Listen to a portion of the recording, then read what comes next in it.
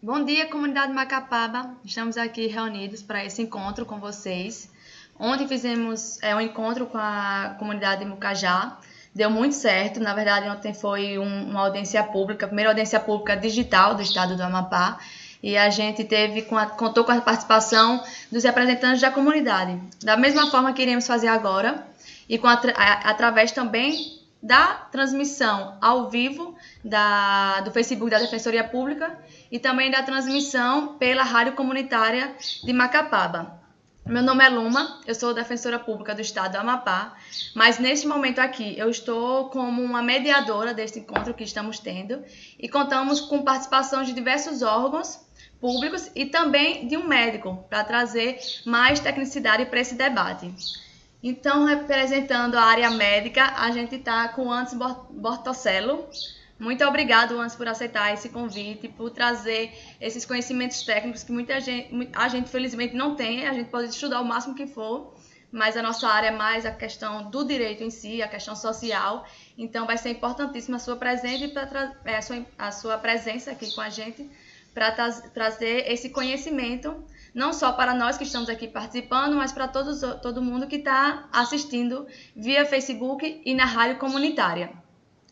Também teremos a presença da Defensoria Pública do Estado, Defensoria Pública da União e do Ministério Público do Estado. Representando a Defensoria Pública do Estado, tem a defensora Marcela Fadim e Júlia Lordelo. E representando a DPU, estamos com o Fábio Sampaio. E representando o Ministério Público do Estado, Eduardo Kelson.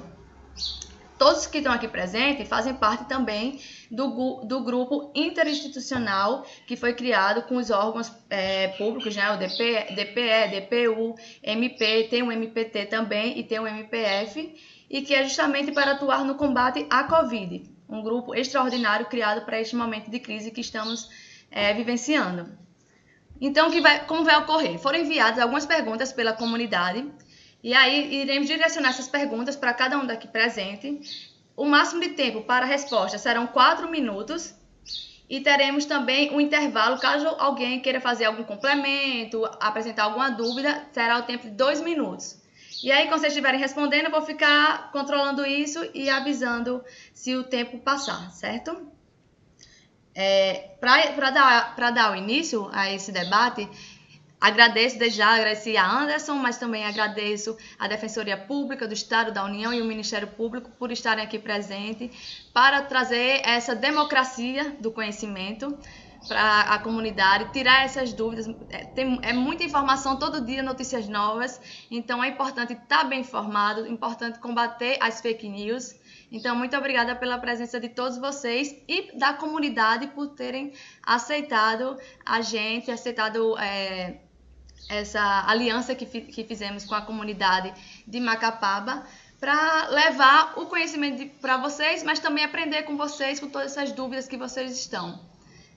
Para dar início, a gente vai passar primeiro um vídeo que é bem autodidático, né? Ele traz um desenho e que é um dos principais questionamentos que está sendo gerado, a questão da economia, né? De um lado tem a saúde, mas de outro estamos com a economia das pessoas que infelizmente não têm uma renda fixa e que precisam trabalhar. Então esse desenho que vai ser demonstrado é mostrando quais consequências que há do retorno imediato e do afastamento do isolamento social. Vou passar aqui para vocês.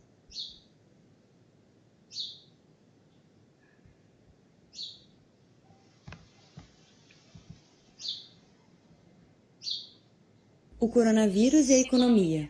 Quais as nossas opções? Com a pandemia do coronavírus, estão sendo executadas medidas de quarentena para salvar a vida das pessoas. Mas se elas ficarem sem poder trabalhar, os impactos na economia parecem ser piores do que o próprio vírus, o que as faz questionar a quarentena. Faz sentido essa oposição entre salvar pessoas ou salvar a economia? Vamos imaginar o que acontece com a economia se não fizermos a quarentena. Nesse caso, as pessoas continuam circulando normalmente. As lojas e empresas ficam abertas e as pessoas vão trabalhar. No início, poucas pessoas estão infectadas pelo coronavírus e apenas algumas precisarão ser internadas no hospital. Esse começo lento dá a impressão de que a doença vai se espalhar bem aos poucos e que não é algo sério. Podemos desenhar aqui um gráfico com o número de casos graves precisando de internação até agora. Enquanto isso, na economia, as pessoas estão recebendo seus salários e fazendo suas compras. Então parece que a economia vai bem. Podemos desenhar aqui um gráfico com o PIB do Brasil. Ele é a soma de todos os bens e serviços finais produzidos ao longo do ano e pode ser usado para medir se a economia vai bem ou mal. Com as pessoas mantendo o contato social, os especialistas do mundo todo estimam que a contaminação vai acontecer de forma muito rápida e em pouco tempo. Após um início tímido, a doença de repente está em todos os lugares e não para de se alastrar. Assim, o número de pessoas que precisam de internação aumenta muito rapidamente. Mas o número de vagas disponíveis nos hospitais é limitado, por mais que o governo invista muito na criação de novas vagas. Podemos desenhar no gráfico uma linha com a quantidade máxima de leitos disponíveis. Com os hospitais cheios, as pessoas começam a morrer pela superlotação do sistema de saúde, ou seja, pela falta de camas e aparelhos suficientes para tratar todos os casos graves ao mesmo tempo. Um estudo feito no Imperial College de Londres estima que, se não houver quarentena, o número de mortos no Brasil por coronavírus vai ultrapassar 1 milhão de pessoas. Enquanto isso, muitas pessoas doentes ou vulneráveis terão que se isolar em casa, ou precisarão cuidar de familiares doentes, deixando de trabalhar.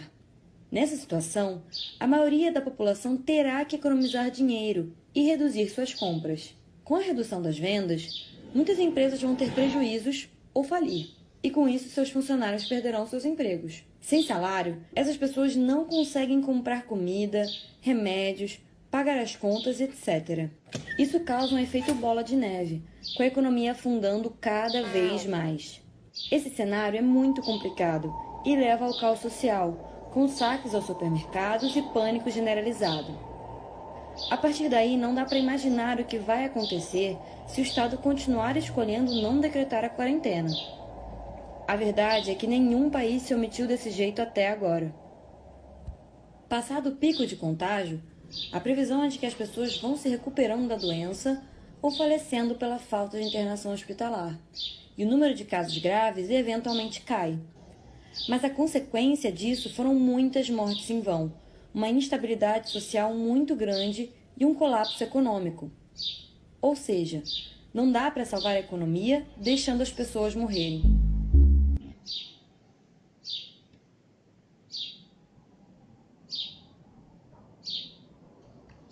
Pronto, passamos desse vídeo, aí agora a gente vai começar com as perguntas da comunidade. Aí quem for responder, ativa, logicamente, o microfone, mas os demais colegas ficam com o microfone desativado para não ter interferência no som. Aí lembrando que são 4 minutos, no máximo, para cada pessoa que for dirigida a pergunta, tá? A primeira pergunta dirigida é para a questão médica, então vai ser para o Dr. Anderson, que uma moradora da comunidade Macapaba, lembrando que a comunidade Macapaba tem 25 mil habitantes aproximadamente, é muita gente no mesmo espaço físico, e aí ela relatava que tem diversos moradores que ainda não estão conscientes, ou seja, estão saindo de casas normalmente sem ter nenhuma necessidade, e quando saem, não fazem uso da máscara. Isso gera preocupação não só para essa pessoa, né, mas também para a transmissão da doença. E aí ela pergunta: se eu estiver me sentindo mal, sentir alguma coisa, o que é que eu faço? Eu vou logo direto pro hospital ou eu posso me medicar em casa? A dúvida dela é essa: como ela estiver se sentindo mal, o que ela fazer e quais são os sintomas que possivelmente ela necessita ir para o hospital, terá que sair de casa. Aí pode responder, Anderson. Isso. Oi. Estão me escutando, né? Olha, a Covid-19 ela se apresenta como um quadro viral, né? Que pode ser igual um resfriado, igual uma gripe, e a pessoa vai apresentar sintomas comuns desses quadros virais, que é dor de cabeça, febre, coriza, dor no corpo. Assim, enquanto as pessoas estiverem apresentando só esses sintomas, como se fosse uma gripezinha, um resfriado, ela deve ficar em casa, certo? E tratar esses sintomas em casa, com analgésicos, com antitérmicos, bebendo bastante líquido, se alimentando normalmente, certo? Ela só tem indicação de procurar um sistema de emergência, uma urgência ou uma emergência, quando ela começa a apresentar sintomas respiratórios. O principal deles é a falta de ar, certo? Então, no momento que esses sintomas, que eram uma gripe leve, um resfriado leve, começa a apresentar associado uma falta de ar, aí ela tem que ir imediatamente para procurar assistência médica, certo? Qualquer nível de desconforto respiratório, ela precisa procurar emergência. Porque às vezes quando começa a apresentar esse sintoma respiratório, essa falta de ar, às vezes evolui muito rápido. Então começou a sentir falta de ar, vá para a emergência, essa é a indicação. Ou se os sintomas estiverem muito intensos, que a pessoa não está conseguindo controlar dentro de casa. Mas assim, o bom é sempre evitar de uma urgência ou emergência, porque as urgências e as emergências, elas são focos de transmissão nesse lugar vai ter muitas pessoas infectadas, então o risco de a pessoa ou um familiar ou tá transmitindo para uma pessoa que trabalha é muito grande. Então o ideal é sempre evitar de ir nesse momento nas urgências e nas emergências e quando apresenta sintomas mais graves e principal deles a falta de ar. Só complementando até, né, o que o médico falou, a gente parece que não tem uma indicação de quais pacientes, quais as faixas etárias necessariamente que vão ter esse quadro grave, né? Parece que qualquer idade pode ter e tal, é só para esclarecer que não só os idosos, eles têm uma chance maior, né? Me parece, pelos estudos que eu li. Isso, exatamente. Os pacientes idosos, os pacientes que têm alguma imunodeficiência, têm algum problema de imunidade, eles têm uma predisposição maior a ser infectados e evoluir para as formas graves, certo? Então, são os pacientes que a gente tem que ficar mais de olho, a gente tem que ficar mais atento. Mas qualquer idade, desde bebês até idosos podem desenvolver o Covid e podem evoluir para formas graves. Então, todo mundo tem que prestar atenção em todo mundo, mais atenção ainda nas pessoas com imunidade baixa, com alguma imunodeficiência ou idosos.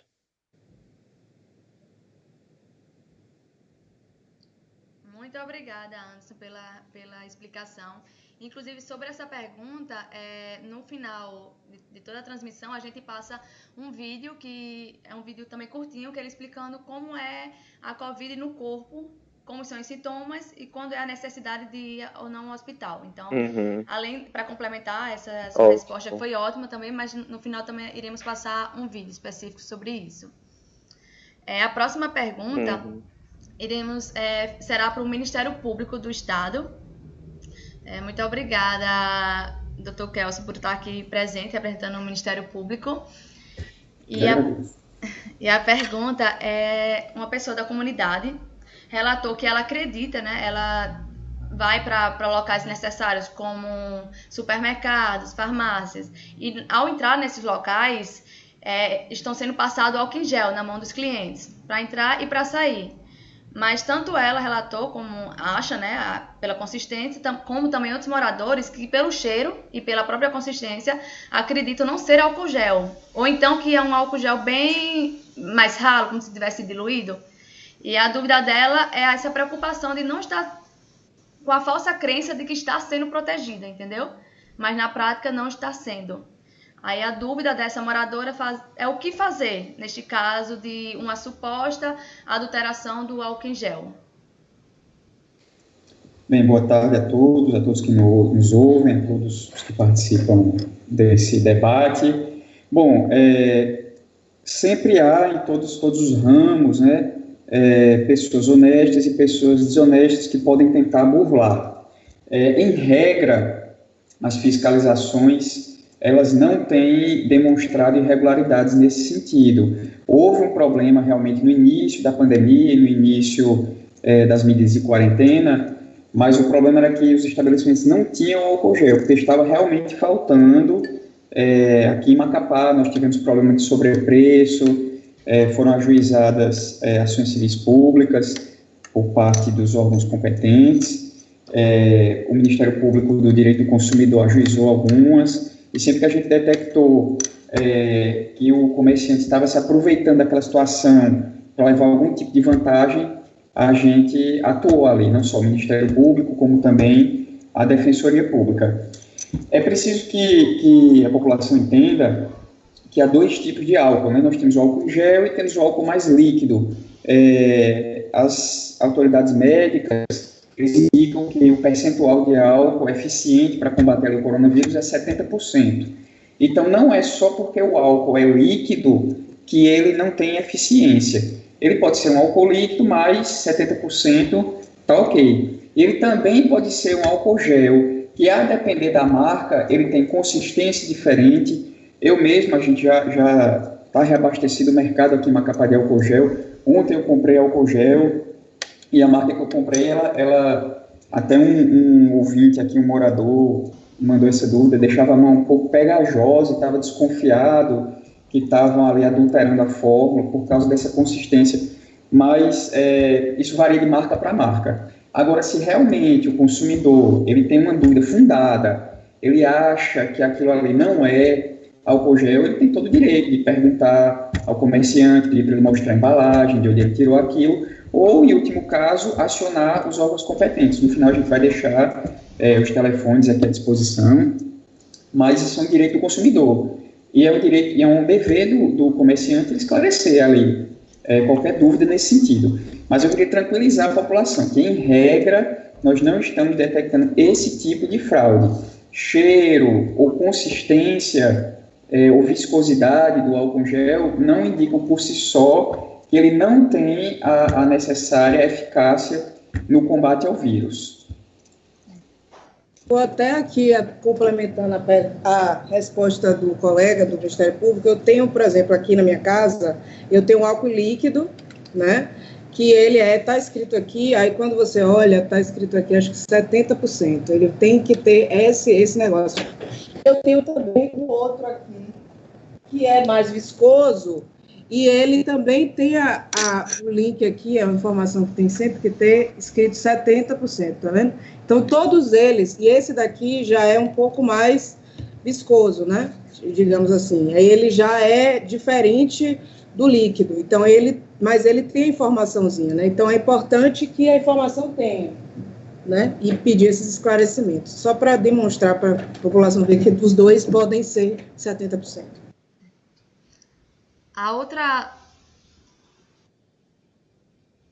O outro questionamento levantado pela comunidade é uma questão que é fato, tem a ver com o Covid de agora, mas também fora do Covid, que é sobre pensão alimentícia.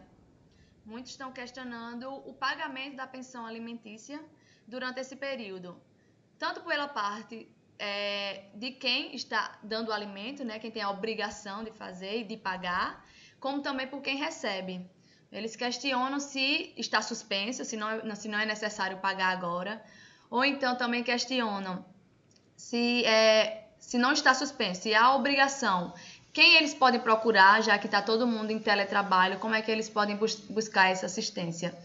E aí essa pergunta vai ser direcionada para a Defensoria Pública do Estado e vai ser direcionada para a doutora Marcela Fadim, que inclusive ela atua também como Júlia na área de família, na atuação do dia a dia, né? A atuação normal é na área de família. Então, essa pergunta é direcionada para a doutora Marcela.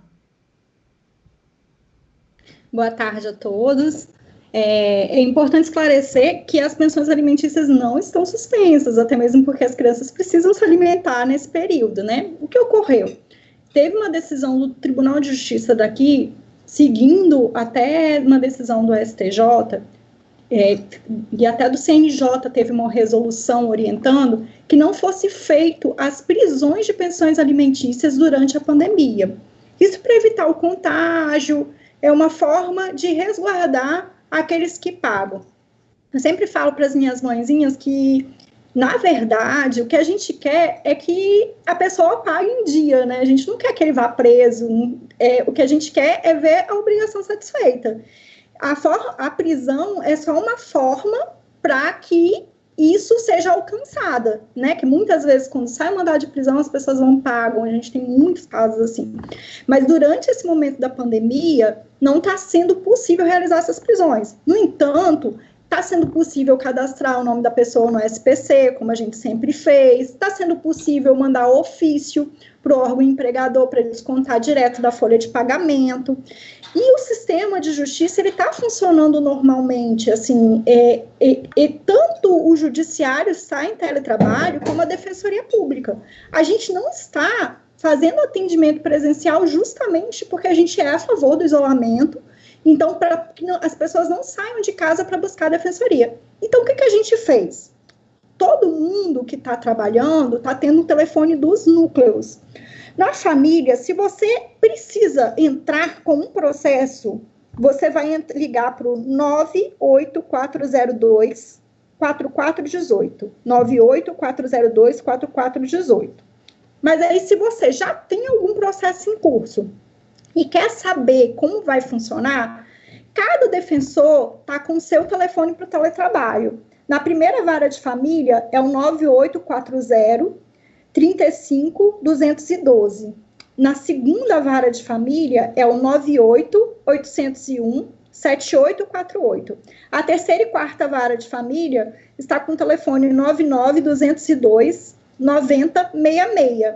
Então, assim, as dúvidas que foram surgindo, a gente já conseguiu eliminar nesse tempo, porque tem as questões das guardas compartilhadas, como é que está o direito de visitação. Eu sempre falo para as mães, eu acho que direito de família é muito bom senso, sabe? Porque o ideal é que as partes consigam conversar para que cheguem num acordo. O Estado tem que ser a última solução no direito de família, porque a gente está lidando com os sentimentos mais íntimos das pessoas, a gente está falando dos filhos de vocês. Então, vão tentar chegar no acordo. Teve mãe que me falou, olha, o valor da pensão é 30% do salário mínimo, mas eu estou aceitando 20% durante a pandemia. Tem problema? Falei, não, se você está vendo que é o que ele pode pagar nesse momento, não tem problema, durante esse momento você está recebendo a menor. Então, assim, que se chegue a um consenso entre os pais, lembrando que o filho não pode ficar sem alimento, lembrando que é dever dos pais sustentarem os filhos. Acredito que seja isso. Só também para complementar a resposta da colega, porque uma outra ouvinte acabou de mandar aqui. No interior, muitas vezes as pensões elas são pagas mediante recibo, né? E até aqui em Macapá mesmo, em outros locais do Brasil, porque eles não têm conta corrente, não tem conta poupança e tal, não tem como comprovar rendimento, e aí os bancos não querem abrir a conta. O que pode ser feito? Pode ser feito, primeiro, ou os pais e as mães combinarem um local para os dois, né, óbvio, com álcool em gel, né, tentando evitar aperto de mão, ou terem contato, né, com a mesma caneta e depois, obviamente, depois utilizarem novamente o álcool em gel. Ou então, se isso for um fator dificultoso, ou porque o pai ou porque a mãe não está fazendo os contatos, de evitar contato físico, e de evitar, e de não querer utilizar o álcool em gel, ou nem lavar as mãos com água e sabão, e usar a máscara, é claro, tem que ter usado a máscara até, a gente depois pode até falar sobre a máscara, o médico pode depois, o Anderson pode dar algumas orientações. E aí, a questão é que essas pessoas, elas podem entrar em contato com a Defensoria Pública através dos telefones, inclusive os núcleos do interior têm telefones, né, que estão disponibilizados, os defensores estão atendendo remotamente, e solicitar que seja expedido um alvará para que os bancos abram essas contas, né? E aí, depois isso ser informado e o pai não precisar ter contato com a mãe, ou se for a mãe que paga a pensão, isso evitar esse contato aí, só para acrescentar essa informação, mas há meios. Ou se utiliza-se as medidas para evitar a contaminação, como evitar contato físico, como usar máscara, usar as medidas de lavar a mão com água e sabão antes e depois, e também usar o álcool em gel, ou então se pede esse alvará judicial para abertura da conta, que, junto com os defensores públicos, que os telefones estão no site, no Instagram da Defensoria, e também no site da Defensoria, e depois a gente pode disponibilizar aqui na live. Era só isso. E lembrando que todos esses telefones que estão sendo repassados, certo, gente? Durante a transmissão ao vivo tá lá, tá sendo postado na mesma hora, mas também no final da transmissão a gente irá fazer uma cartilha, né, escrita para aquelas pessoas que têm deficiência auditiva e não estão conseguindo assistir agora a transmissão. Então essa cartilha escrita vai ser também repassada com todos esses contatos telefônicos e o que está sendo tratado aqui. Doutora Marcela, você iria falar alguma coisa? Abrir o áudio? Não. Não, eu ia falar justamente assim, complementando o que a Júlia disse, assim, na minha vara, por exemplo, a gente tem uma certa dificuldade com essas aberturas de conta. Por mais que você manda um ofício para o banco, a minha vara tem um tratamento diferente. Então, o ideal é que as pessoas realmente consigam tentar pelo menos fazer a conta, né? Até mesmo porque hoje em dia você consegue fazer a conta até por aplicativo. Eu sei que tem partes que não conseguem conta corrente, mas no caso de você que, na verdade, só vai receber essa pensão, você pode fazer isso por conta poupança. Então, tem um aplicativo do banco que você baixa, consegue. Geralmente, o valor da pensão não é tão alto, você vai conseguir receber isso pela poupança. A gente só precisa da conta corrente, que inclusive paga uma taxa. Eu acho super prejudicial para a parte receber em conta corrente, quando é desconto em folha de pagamento dos órgãos do Estado. Quando é desconto de folha de pagamento de particular, a gente consegue fazer isso tudo por poupança. Só os órgãos do Estado que a gente tem um pouco de dificuldade, que geralmente quando manda poupança, volta, tem que ser conta corrente.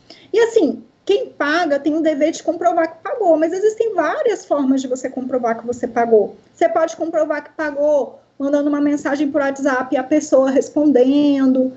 Então, assim, o máximo que você puder fazer para evitar contato seria ótimo, mas seria ótimo também que você nem sequer precisasse ter esse trabalho da expedição de ofício para poder ir para o banco. Por quê? Porque é tudo um trâmite, a gente vai ter que peticionar, o juiz vai ter que expedir o ofício, vai ter que chegar no banco, e tá todo mundo em teletrabalho. Então, o que vocês conseguirem resolver é o ideal. A gente está aqui para esclarecer, tirar dúvidas e até peticionar se for preciso. Eu falo que é um momento das pessoas serem mais comunitárias, né? Se serem mais, ter o senso de comunidade, realmente ajudar um ao outro, se colocar no lugar do outro, porque por enquanto que o outro vai ter que ter uma ação de ir em algum lugar, isso está colocando em risco a vida dele, né? É isso, Luma. Obrigada. Agora a gente vai para a próxima pergunta, que ela é direcionada para a Defensoria Pública da União.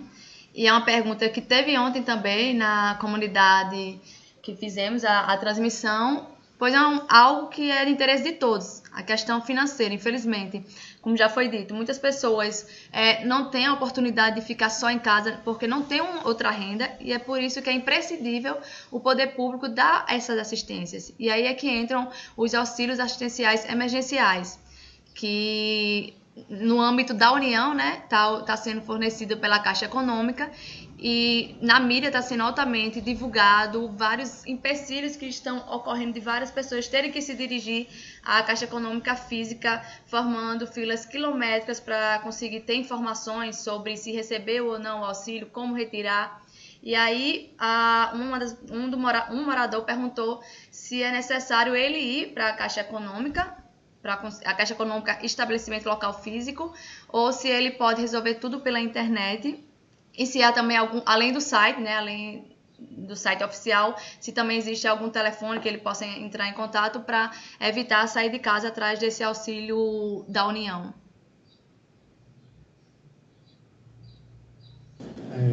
Boa tarde a todos e todas.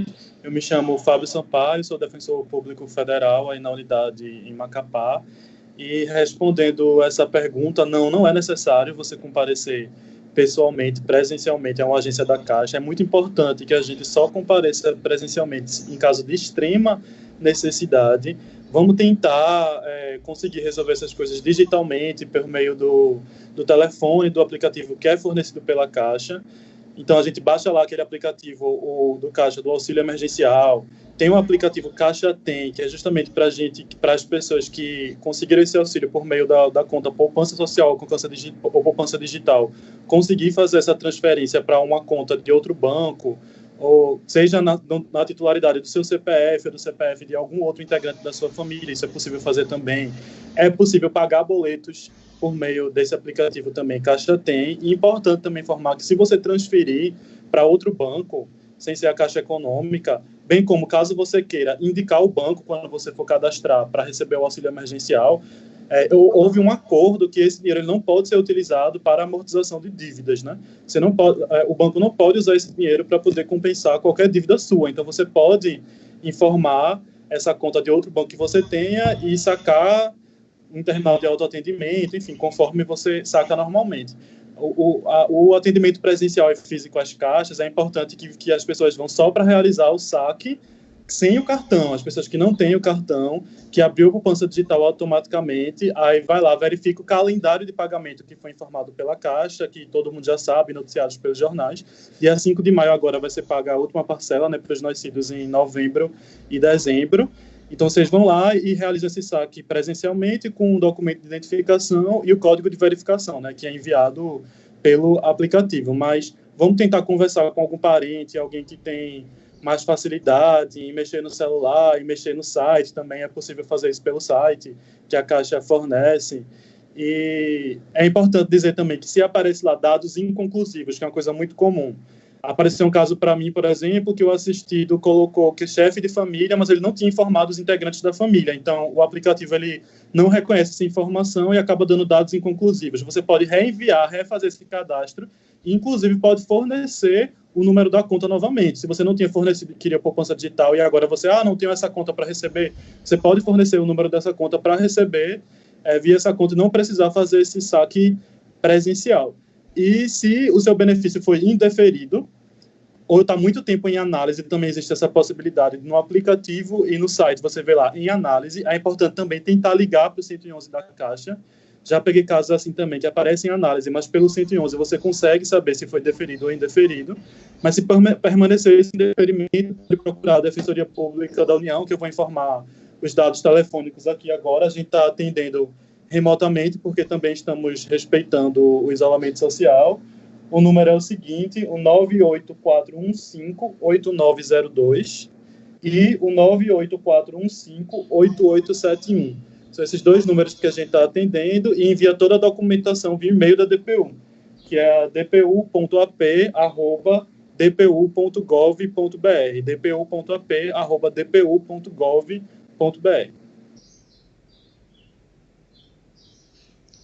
Muito obrigada, doutor Fábio, por essa pergunta. É um questionamento que é geral, né? Todo mundo preocupado e, querendo ou não, quando eles se dirigem à Caixa, há mais um motivo para a transmissão da doença e está sendo um fato, né? Não está sendo nem mais uma suposição, é um fato que muitas pessoas estão se contaminando com essa conduta. E é por isso que... Acho que o colega do MP quer fazer alguma colocação. Pode falar, doutora. Só em complemento ao que o doutor Fábio explicou agora, se mesmo com todas essas medidas eletrônicas, aplicativos, telefone, não for possível a solução do problema e for o jeito realmente ter que se dirigir à agência da Caixa, ou for o seu dia designado para ir, quem for, procure realmente respeitar as regras de distanciamento. As agências da Caixa, depois de uma atuação da Defensoria Pública da União, do Ministério Público, da Defensoria Pública do Estado, enfim, elas fizeram marcações no chão. Procurem respeitar aquelas marcações, procure ir apenas uma pessoa da família, que é aquela pessoa que vai receber o benefício ou solucionar lá o problema, porque as medidas de isolamento, elas têm que ser respeitadas ainda, e principalmente, talvez, nesse momento que a gente está vivendo. Então, só para reforçar tudo que o doutor Fábio falou, se for o jeito e se for o seu dia de ir na Caixa, procure ir, mas com todas as precauções e observando todas as medidas sanitárias, de distanciamento, de máscara e de diminuição de contato com outras pessoas, tá? E só complementando uma coisa que eu esqueci de falar, que eu comentei ontem, é o número do Sebrae, né? Que o Sebrae está oferecendo esse serviço para tirar dúvidas sobre auxílio emergencial através do telefone 0800 570 0800, 0800 570 0800, estão tirando dúvidas lá sobre o auxílio emergencial. E tem também um site muito interessante que foi criado por um grupo de extensão de estudantes de direito da UFMG, que é o seguinte, que lá tem um plantão de dúvidas sobre o auxílio emergencial também, que é o www.direitovivo.net/dúvidasauxílio, www.direitovivo.net/dúvidasauxílio. Fora isso, podem também ligar para a Defensoria Pública da União, pelos números que a gente já forneceu, que a gente esclarece, tira as dúvidas e encaminha as orientações devidas. Ótimo. E sobre o que a gente está falando é sobre o auxílio que é fornecido pela União. Mas há também, como foi tratado ontem, um auxílio que está sendo estadual. E, mais uma vez, é importantíssima essa atuação do poder público em conceder esses auxílios para evitar que haja essa proliferação. E assim, para saber se esse auxílio, né, que foi concedido para algumas pessoas, trabalhadoras informais, e que já tinham um cadastro prévio no poder público, para ter conhecimento se você foi ou não gratificado com esse benefício, você entra nesse site. A tela está compartilhada, vocês estão vendo, mas é www.rendacidadã.ap.gov.br. E aí você já vai ser direcionado para o site onde você pode colocar o seu CPF e depois você coloca a data do seu nascimento. E aí você coloca consultar. E você vai ter conhecimento se recebeu ou não esse benefício. Esse benefício são dois valores, R$120 e R$120, referente ao mês de março e abril, alcançando a total de R$240. Este, como foi dito, é para nível estadual, independentemente do que foi concedido a nível nacional da União, tá certo?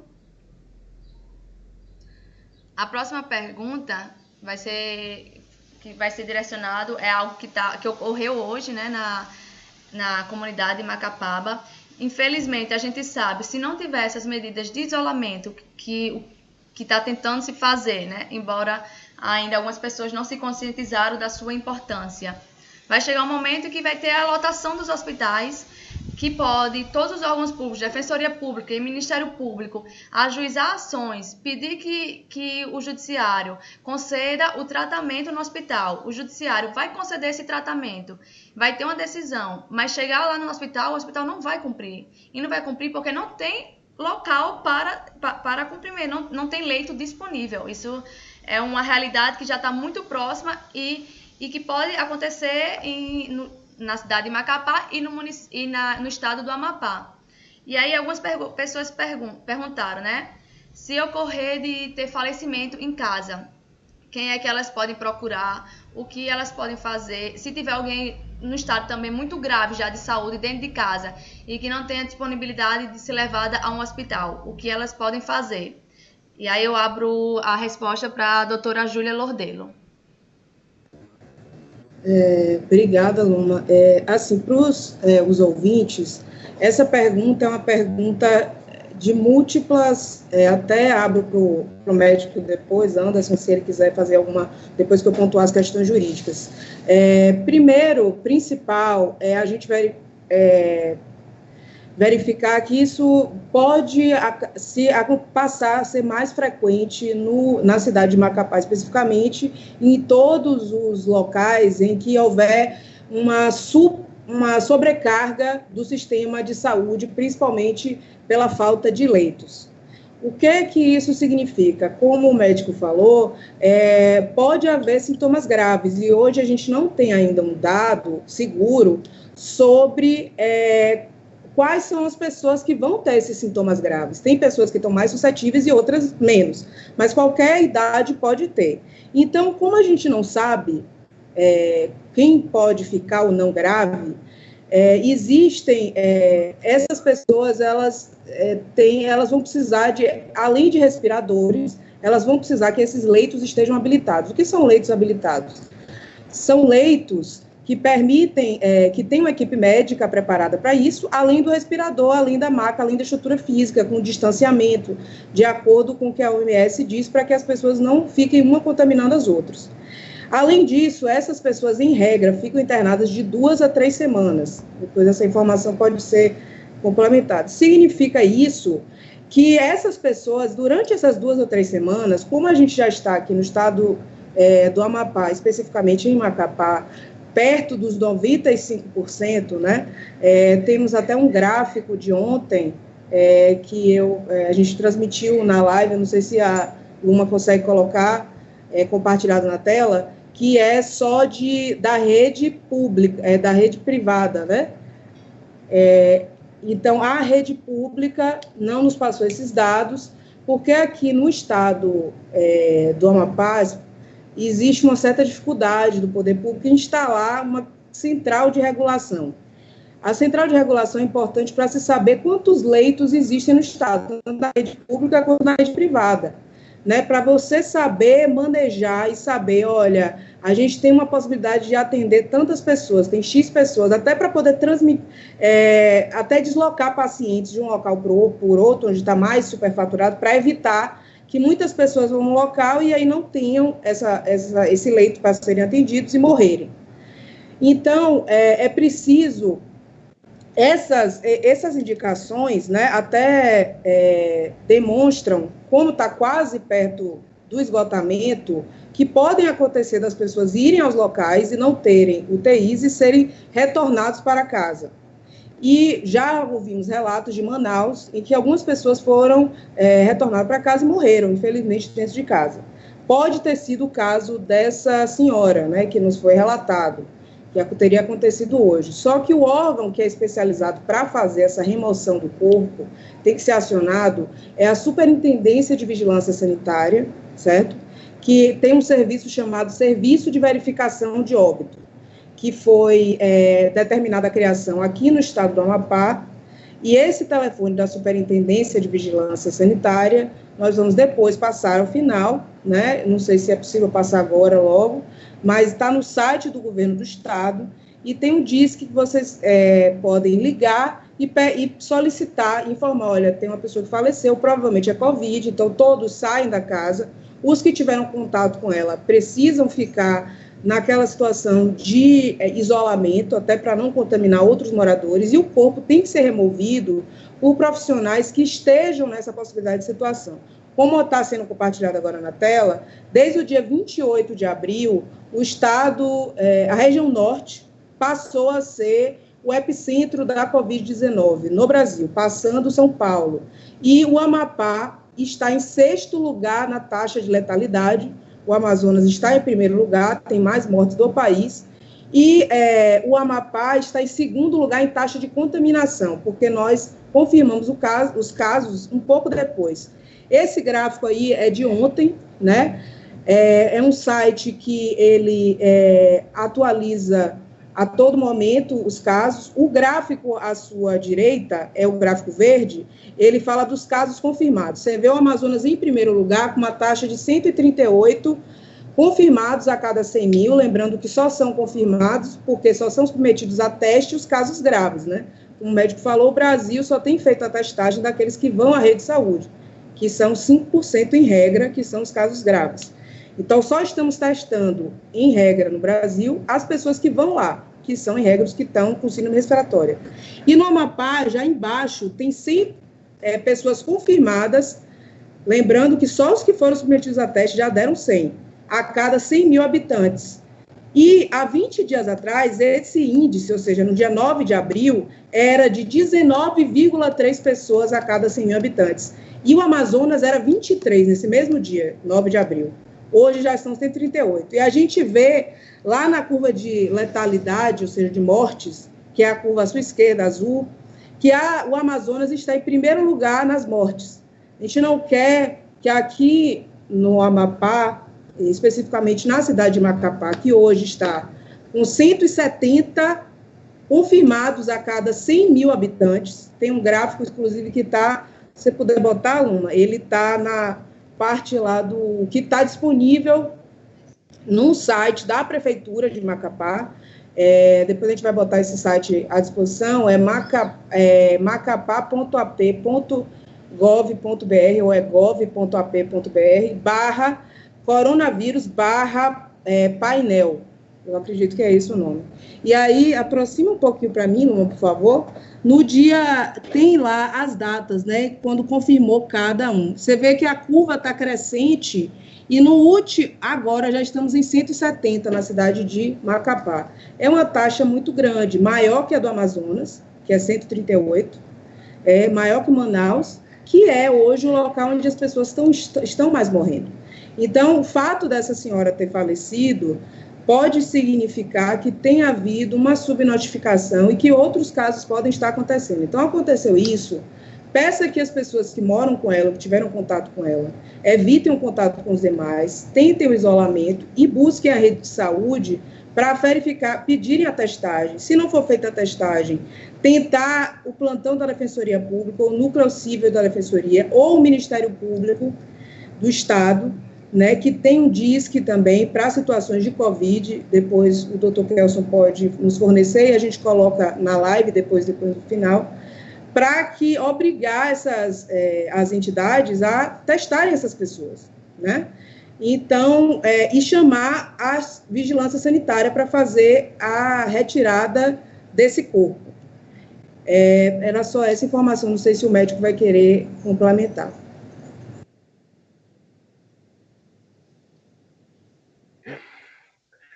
Eu acho que você respondeu tudo, Júlia. Assim, acho que basicamente você conseguiu explicar tudo.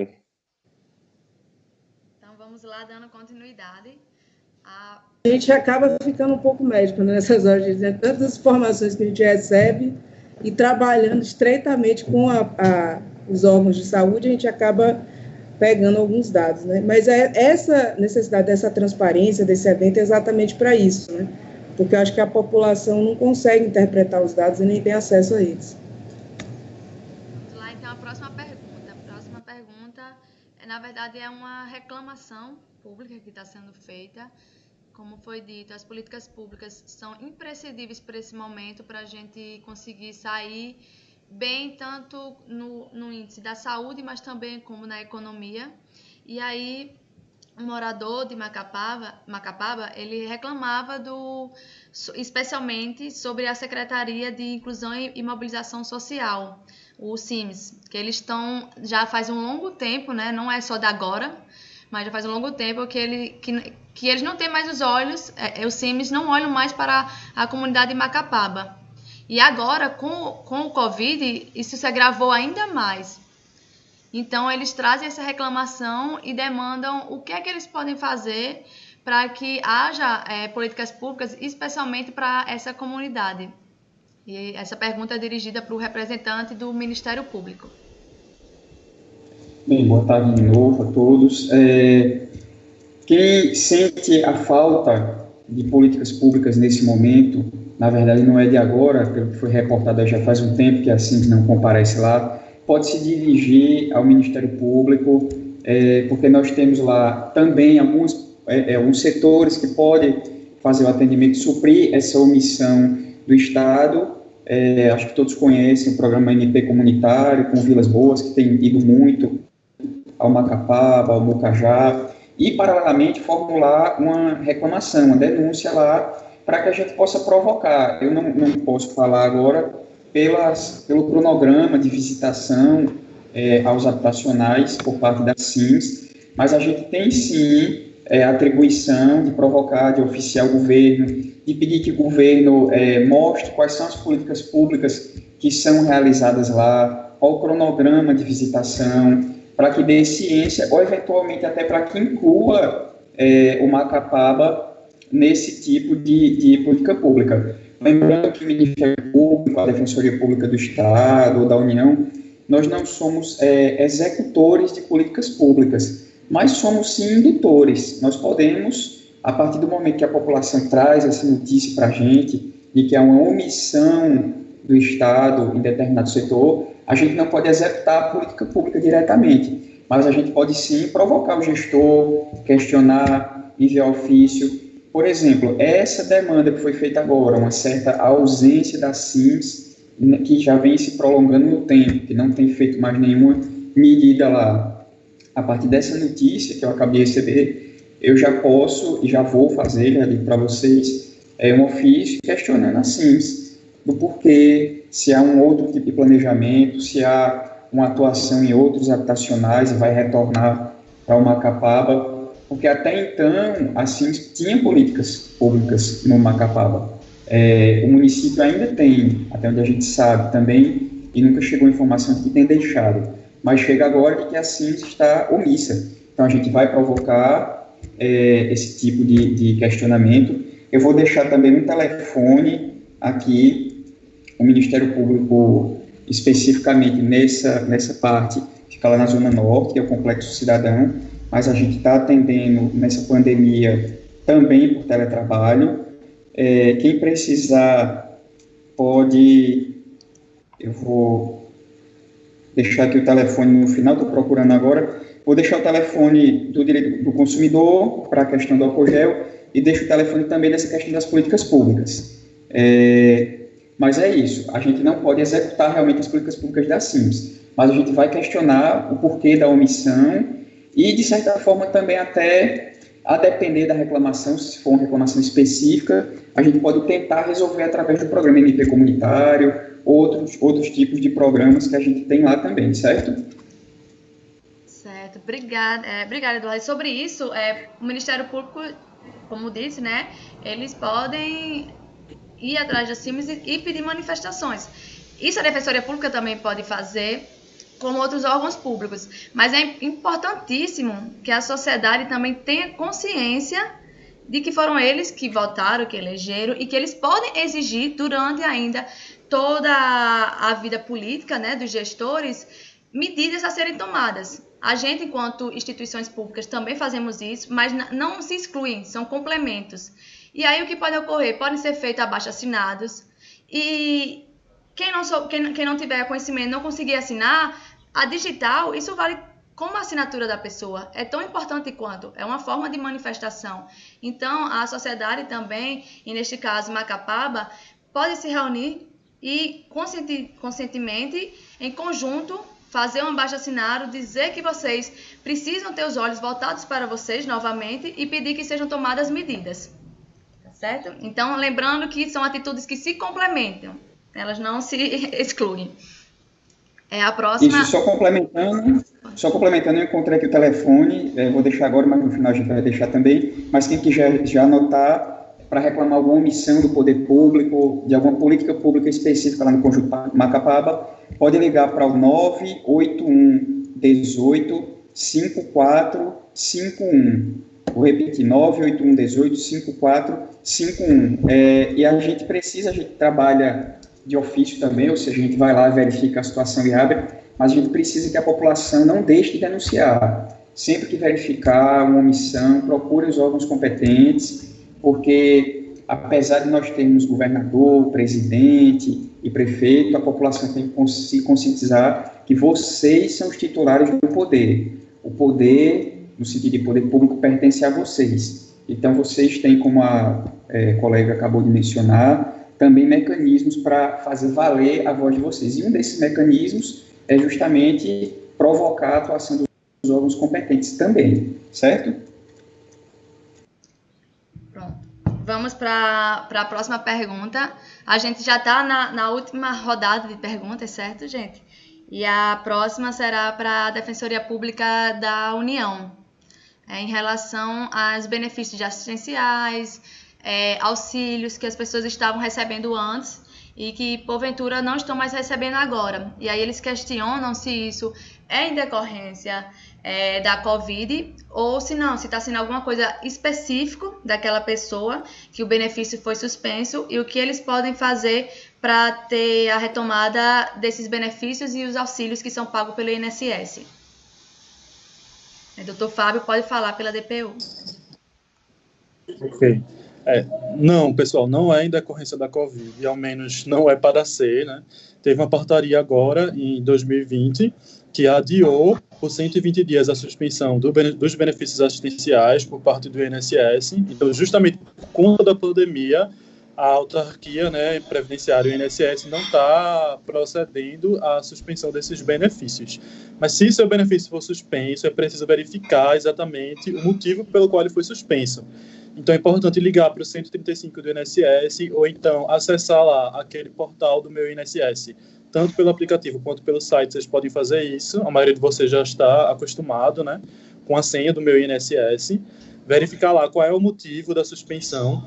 Tentar cumprir a exigência, né, sugerida lá pelo INSS, se é uma atualização do CAD único, tentar ligar para a central do CAD único para fazer essa atualização, enfim, verificar lá o que é necessário para poder fazer, e se não conseguir ou não compreender, aí sim, ligar para a Defensoria Pública da União, pelos números que eu já forneci, com todos os documentos. É importante já levar separado todos os documentos, identidade, CPF, comprovante de residência, comprovante de renda, o extrato do CNIS, principalmente, a comunicação do indeferimento, todos os documentos que são fornecidos lá pelo INSS, no portal Meu INSS. A senha do Meu INSS, se você não conseguir baixar esses documentos, é só fornecer a senha para a gente, que a gente consegue fazer isso por vocês, e a gente vai averiguar para ver o que é possível fazer judicialmente, né? Analisar o caso concreto, ver o motivo do indeferimento e ver o que é que pode ser feito. Mas, a princípio, durante a pandemia, não é para esses benefícios estarem sendo suspensos por conta dessa portaria que eu informei.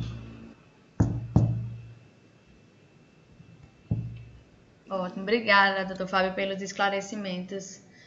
E agora uma pergunta para a Defensoria Pública do Estado, em relação à população está tendo que fazer escolhas trágicas, né, de pagamento, não estão conseguindo arcar com todos os pagamentos, justamente porque não estão mais tendo trabalho normal, estão trabalhando parcialmente, ou outros até mesmo estão desempregados e não estão recebendo ainda os auxílios para conseguir pagar os gastos essenciais básicos que possuem.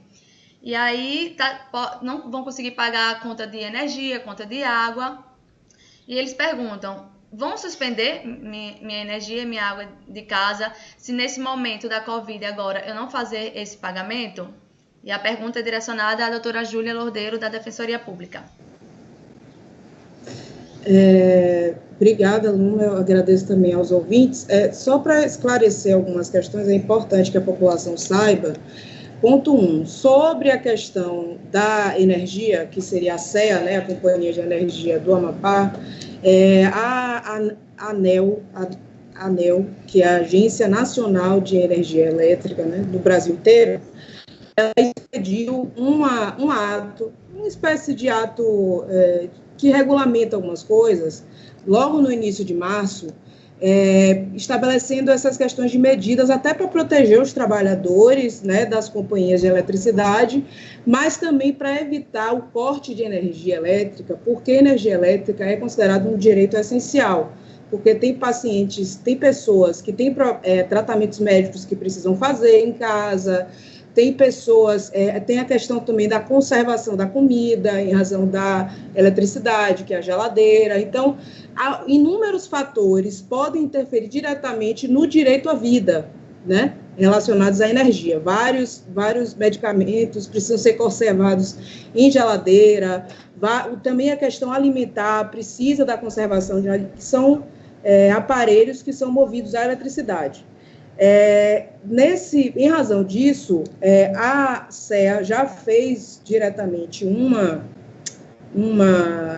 expediu um ato normativo que foi publicado, né, e inclusive, já foi noticiado nos meios de comunicação desde o dia 26 de março, informando que por 90 dias não haveria cortes de energia, certo? A medida foi para evitar a questão dos cortes, então você não necessariamente vai sofrer um corte, ainda que esteja inadimplente, durante esses 90 dias. Então, até o final de setembro, não pode haver corte de energia, certo? Se você sofrer esse corte de energia, você entra em contato com a Defensoria Pública do Estado, certo? E pelo plantão ou pelo núcleo civil, se for durante a semana, até às 16 horas, depois a gente vai disponibilizar esses telefones, e esses telefones também estão disponíveis no Instagram da Defensoria Pública.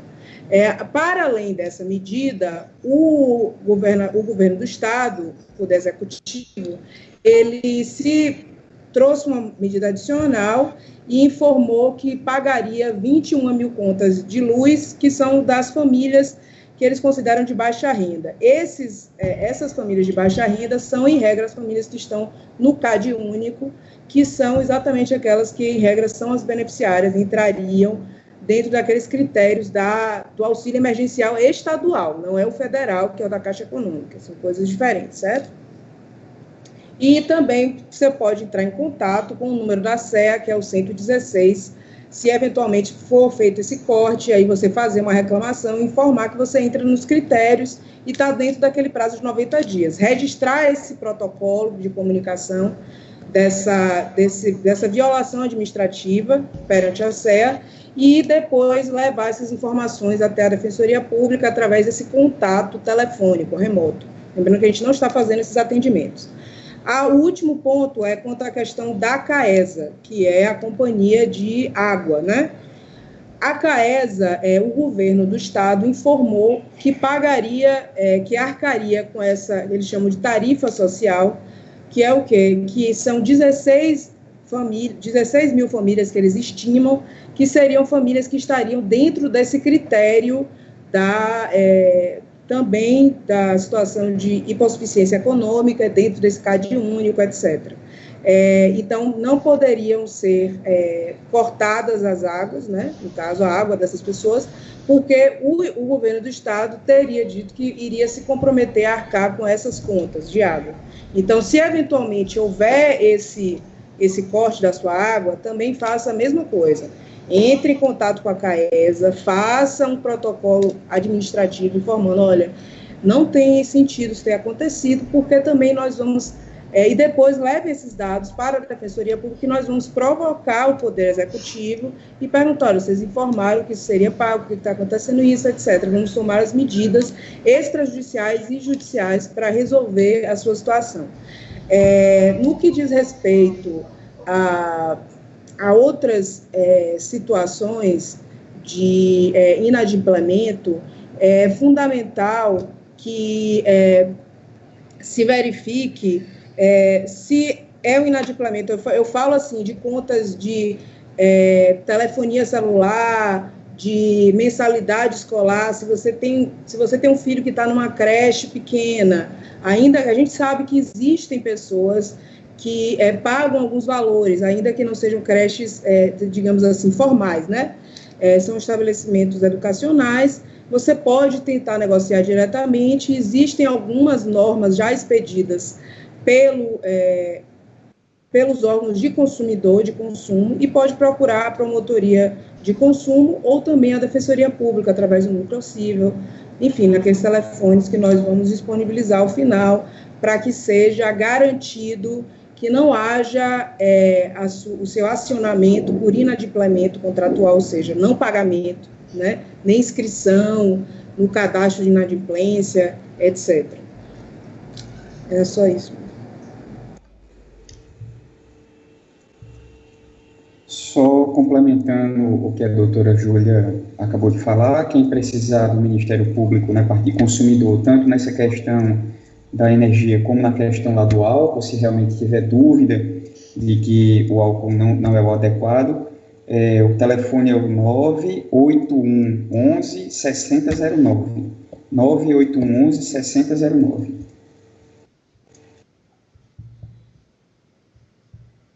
Obrigada, Júlia e Eduardo. E agora a gente vai para uma pergunta para o Dr. Anderson, uma pergunta médica. As pessoas que estão precisando continuar a trabalhar nos trabalhos que são essenciais, né? Estão ainda dando continuidade normal à sua vida laboral. Elas, quando precisam sair de casa, qual é a melhor forma que elas podem fazer para se proteger? O que é que elas precisam fazer para evitar se contaminar e também evitar passar para os demais?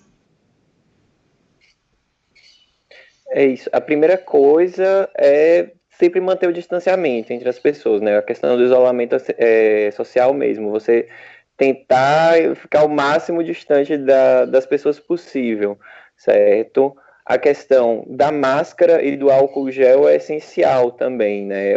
A questão da máscara, você proteger a sua face para na hora que você respira, na hora que você tosse ou espirra, você não tá, essas gotículas que podem estar carregando o vírus, elas ficarem aprisionadas ali na máscara e não tá contaminando outras pessoas. Então, o principal é isso, afastamento, todo mundo de máscara e tá sempre higienizando as mãos, ou lavando com água e sabão, ou com álcool gel.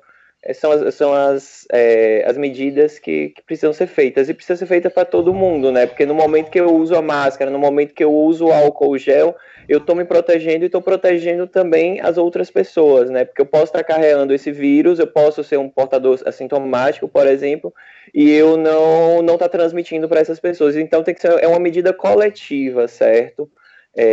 Todo mundo tem que aderir a ela. O máximo de pessoas que aderirem a essas medidas, a transmissão ela vai ser reduzida, e aí a gente consegue estar preparado, o nosso sistema de saúde ele pode, vai estar melhor preparado para poder atender essas pessoas caso precisem.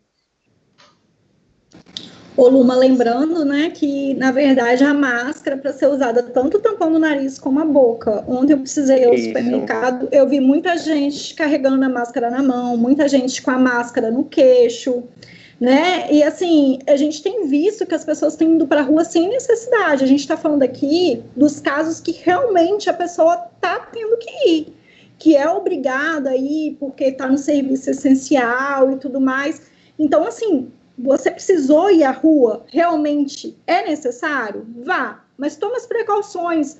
A máscara é difícil realmente de respirar com máscara, tá todo mundo usando, a gente sabe.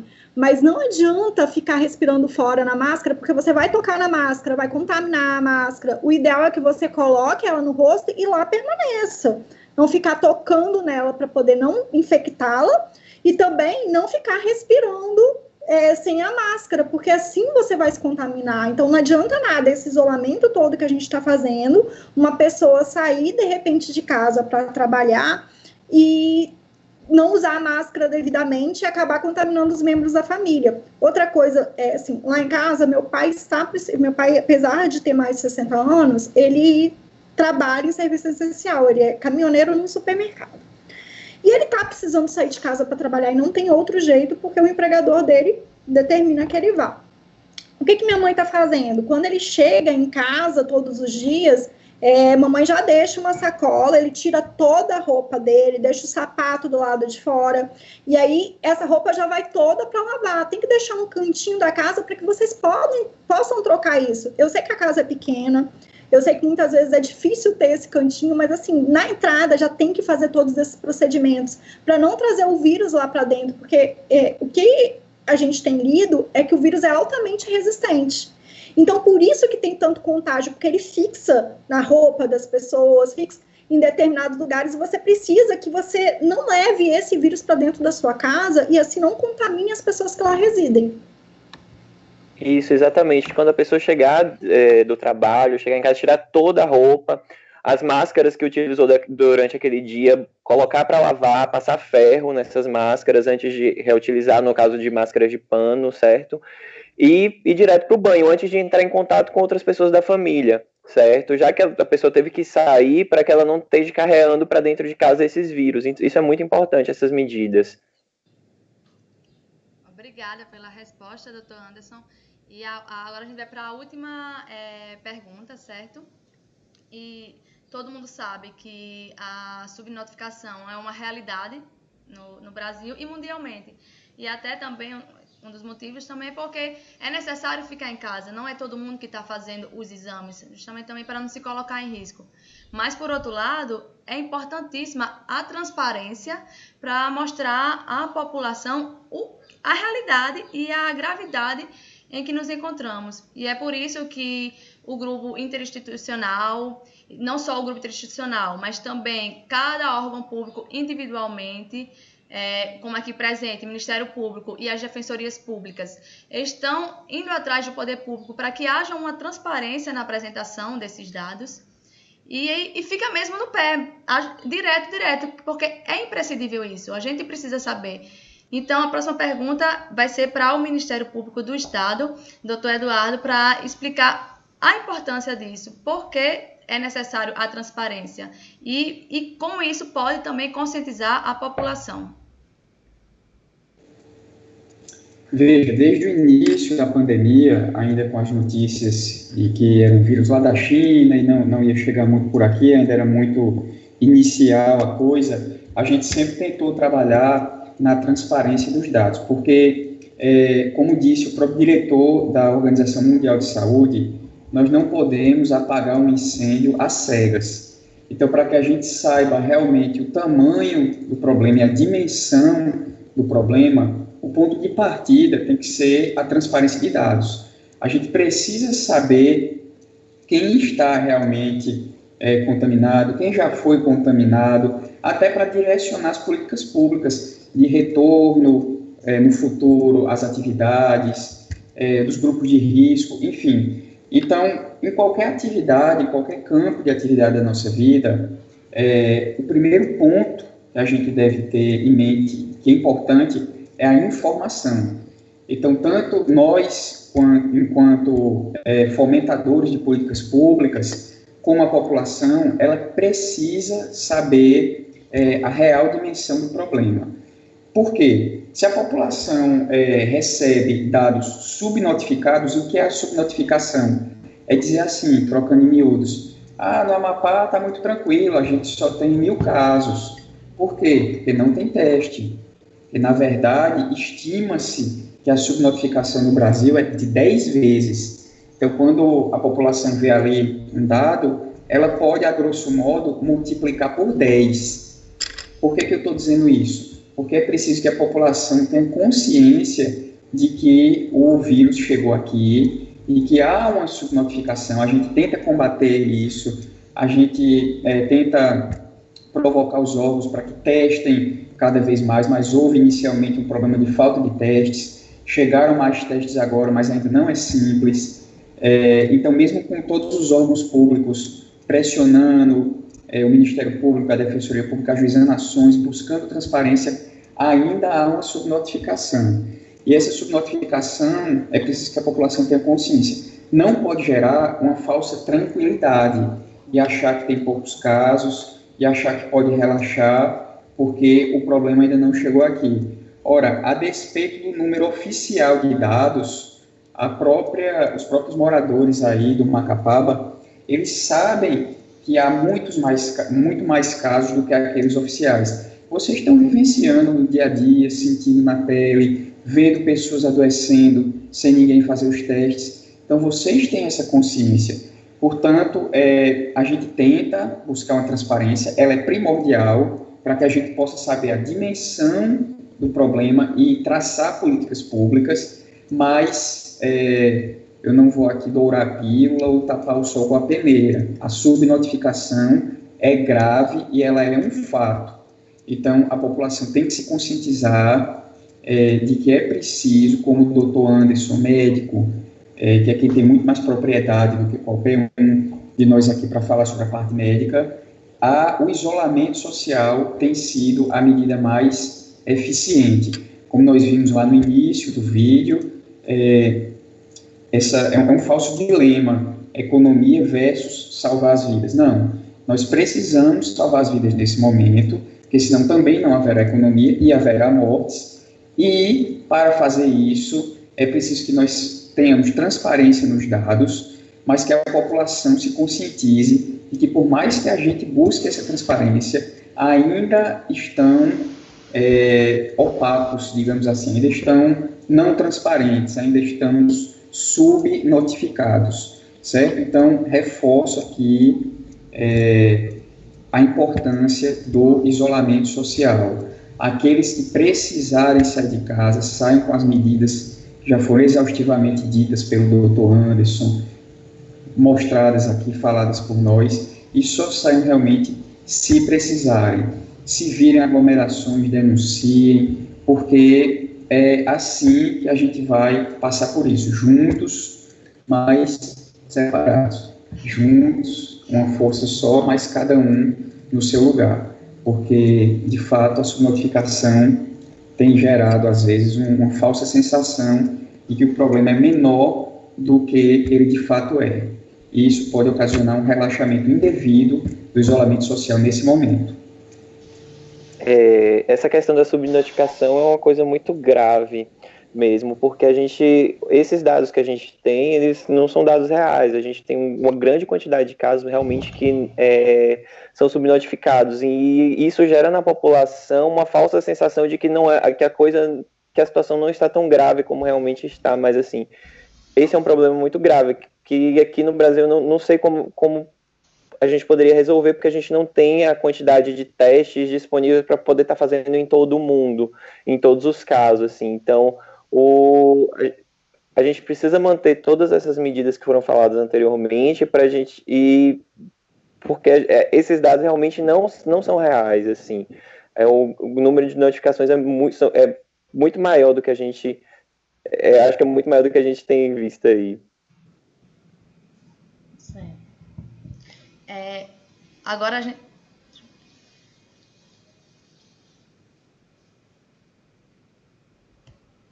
A gente vai fazer agora as considerações finais, certo? Mas algo que foi muito levantado pela comunidade, foram duas coisas, na verdade, que não é uma pergunta, mas são fatos. Primeiro, em relação às máscaras. Todo mundo sabe da sua importância, mas eles não têm condição de estar comprando as máscaras. E aí a gente fez tipo uma vaquinha para ajudar tanto a comunidade do Mucajá, que foi ontem, como a comunidade de hoje, de Macapaba.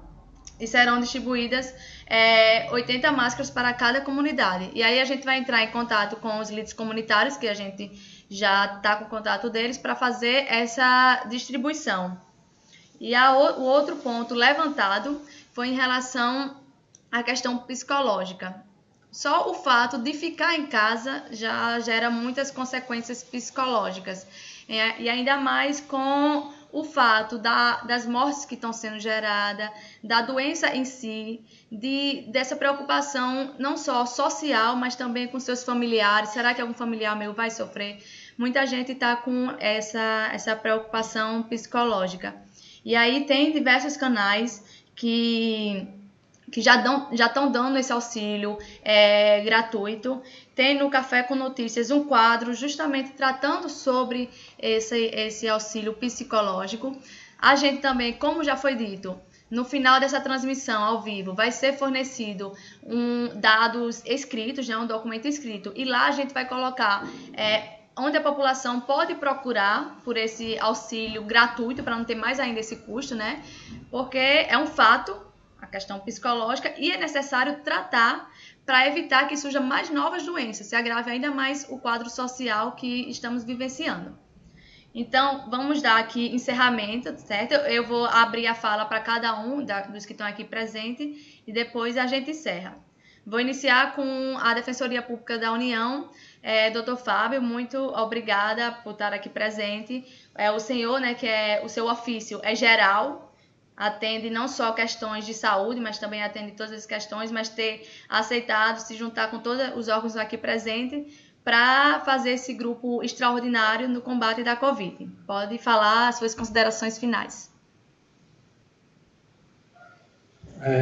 Eu agradeço o convite, especialmente da Defensoria Pública do Estado, para participar desse debate, dizer que foi extremamente proveitoso, inclusive tendo em vista as considerações médicas, técnicas que a gente teve aqui hoje. É importante a gente sempre estabelecer essa via de comunicação com a sociedade civil, com a comunidade, esclarecer, principalmente nesse momento, né, que a gente vê circulando tantas informações que não têm esse sustento fático, que não tem essa veridicidade. É sempre importante ter cuidado e estabelecer esse contato com as instituições oficiais enfim, buscar essas informações. Então, é muito importante essa atividade que está sendo promovida pela DPE em parceria com essas outras instituições. Dizer que a DPU está sempre disponível e disposta a contribuir e colaborar também, aberta à comunidade por meio dos telefones e o e-mail que eu já forneci aqui. Se vocês quiserem ir lá também, tá todos os contatos da DPU exposta lá na portaria da Defensoria, no cruzamento entre a Eliezer Levi e a Taíde Teve. A gente está excepcionalmente fazendo alguns atendimentos presenciais para filhos que realmente não têm condições de fazer esse atendimento remoto, via internet ou digital. Então, a gente está sempre disponível e aberto a essas demandas. Obrigada, doutor Fábio. E agora a gente vai passar a palavra para a Defensoria Pública Estadual, para a doutora Marcela Fadim, que está atuando também no grupo extraordinário de combate à Covid, para fazer as suas considerações finais. Então, eu vim fazer, na verdade, um apelo para a comunidade, né? Eu acredito que é o momento que a gente está sendo chamado a deixar as diferenças de lado, a se organizar como uma sociedade civil. Aqui hoje não surgiram perguntas nesse sentido, mas ontem surgiram a questão, assim, da aglomeração na hora de sair do conjunto, de voltar do conjunto. Tentem se organizar, o horário de saída por andar, façam grupos de WhatsApp para que as pessoas possam se organizar na hora de ir para a vendinha, para não ir todo mundo de uma vez só. É necessário que as pessoas não só se conscientizem, como cuidem uma das outras. É hora de deixar as diferenças de lado, as brigas de vizinhança, que com certeza vocês têm. É hora das crianças ficarem em casa e não brincando na rua. A gente sabe que esses conjuntos habitacionais são bem quentes, então as pessoas muitas vezes acabam ficando do lado de fora da casa, sentada. É um momento que não se pode fazer isso. A interação social realmente está restrita nesse momento e juntos, como disse o Dr. Kelsen, mais longe, é que vamos conseguir vencer isso tudo. Obrigada pela oportunidade de estar falando com vocês. É algo que a Defensoria já queria há muito tempo. Infelizmente, temos um ano aqui, então ainda não podemos fazer um projeto social no Macapaba, mas a gente pretende, no futuro, com os nossos mutirões, poder atender vocês também. Boa tarde a todos. Obrigada pelas palavras. Agora a gente vai passar a palavra para o médico presente, o único que tem o conhecimento técnico-científico específico para isso que a gente está tratando. A gente buscou muito, estudou muito sobre isso, justamente para atuar nesses grupos extraordinários. Mas a sua presença aqui trouxe muita complementação para a gente. Seria excelente também que ontem tivesse a presença do senhor, mas apenas hoje a gente teve essa ideia.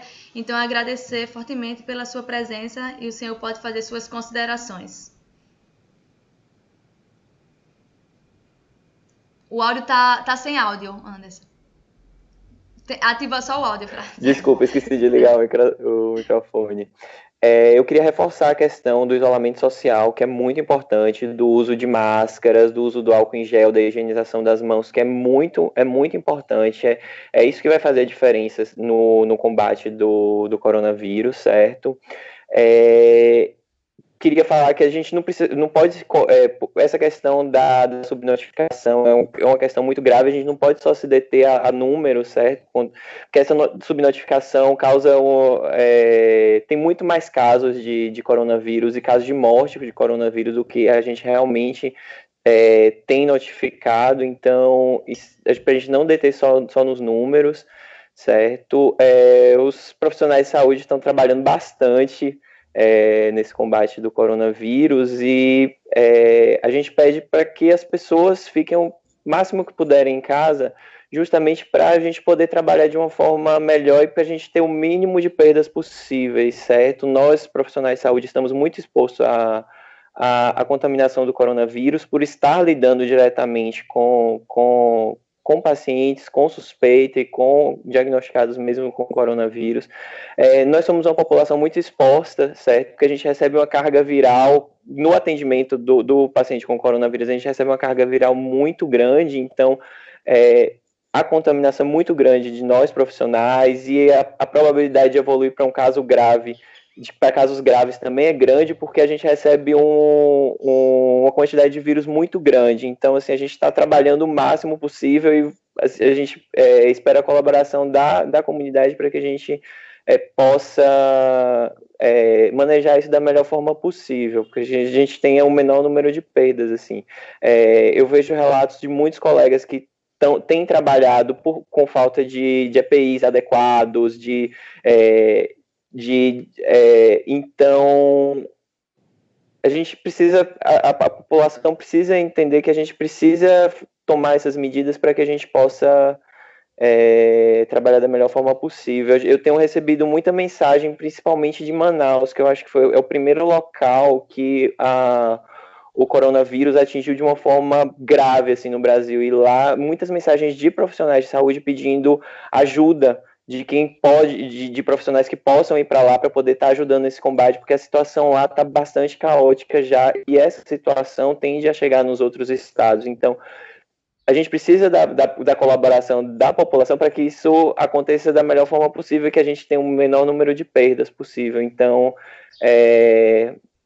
vamos se isolar, vamos usar máscara, vamos usar álcool em gel, higienizar as mãos, e que é muito importante isso, certo? Para que a gente possa seguir em frente aí com o mínimo de perda possível, tá? Obrigada pelas considerações, doutor Anderson.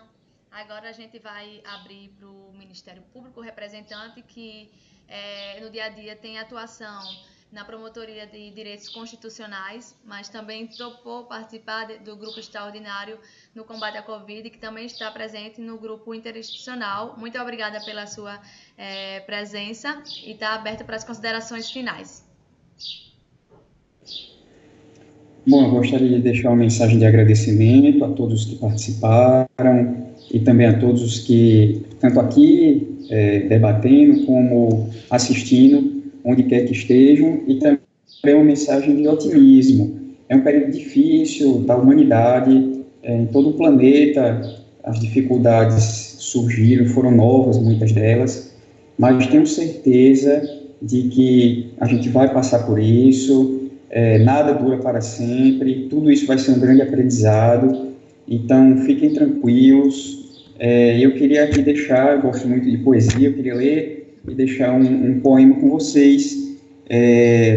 Espero que sirva como uma mensagem, recebam como uma mensagem de otimismo e esperança, porque eu tenho certeza que juntos todos vamos sair dessa. É um poema de Ferreira Goulart que diz: como 2 e 2 são 4, sei que a vida vale a pena, embora o pão seja caro e a liberdade pequena.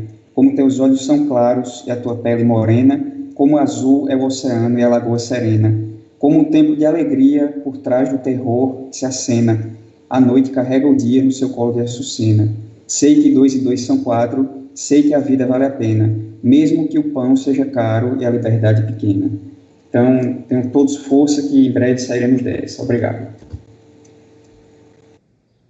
Belo poema, gostei. E agora a gente vai abrir as últimas considerações da defensora pública Júlia Loutelo, que está atuando tanto no grupo extraordinário da Defensoria Pública no combate à Covid, também nos representando no grupo interinstitucional, ela junto com o defensor Leandro, atuando com os demais órgãos públicos. Pode fazer suas considerações finais, doutora Júlia. Eu só reforçando o que todos os participantes já disseram, e assim, achei fantástica a ideia de utilizar a linguagem poética, né, que o colega do Ministério Público trouxe, porque é isso mesmo, nós estamos todos juntos, né? A população hoje representa o grande agente que vai conter o avanço dessa pandemia, né? Então, vocês precisam compreender que nós não estamos sozinhos nessa luta, não adianta nada a gente pedir inúmeras vezes ao poder público, não adianta, vocês são os principais transformadores, são o fiel da balança hoje no momento, e vocês precisam se sentir juntos conosco nesse combate, vocês precisam entender, eu sei que é difícil, né, ninguém está aqui, todos os colegas, o médico também, todos nós estamos passando por privações em razão desse isolamento, né? Muitos profissionais de saúde, como o médico relatou, têm passado por dificuldades e vários, inclusive, estão em hotéis para ficarem longe de suas famílias. Enfermeiros, auxiliares de enfermagem, eles estão sendo privados, inclusive, do contato familiar e trabalhando horas e horas a fio, no mesmo dia, submetidos a um estresse imenso e ainda assim não podem contar com apoio dentro das suas casas. Então, a gente pede que a população também auxilie esse combate, também auxilie. Aqui no estado do Amapá, a gente já tem uma dificuldade conhecida na saúde, então, se pudermos evitar que o máximo de pessoas fiquem doentes ao mesmo tempo, nós vamos evitar que você que tem um filho, que tem um problema de asma grave, você que tem uma mãe, que tem um problema cardíaco, um pai, que isso se reflita em um aumento desses números que a gente está vendo agora na tela. Né?